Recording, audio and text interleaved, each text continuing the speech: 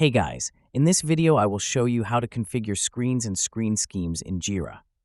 Alright, so let's begin with the video. First, we need to enter the Issues section within the Jira administration settings.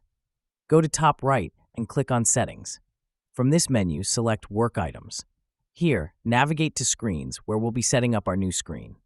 Once you're in Screens, click on Add Screen to begin the creation process. You'll need to assign a clear and descriptive name to your screen, along with a brief description. After naming and describing your screen, click Add to save it. Now that your screen is created, find it in the list and hover your mouse over it. On the right-hand side, you'll see 3 dots. Click on these and select Configure from the drop-down menu. It's here where you can start customizing by associating specific fields with your screen. You'll see a list of available fields, so select those that are most relevant to your needs. After selecting your fields, the next step is to configure the layout. Arrange the fields in the desired order and format.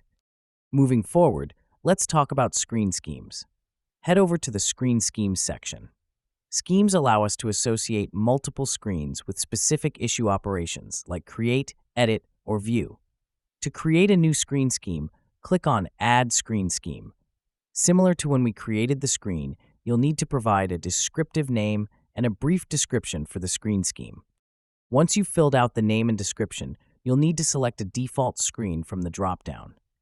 This default screen is what users will see unless specified otherwise during specific operations. After making your selection, click Add to finalize your screen scheme. By following these steps, creating, configuring, and carefully naming your screens and screen schemes, you'll enhance your Jira project management environment. And that's it. So that is how you can configure screens and screen schemes in Jira. So that's all for this video. Thanks.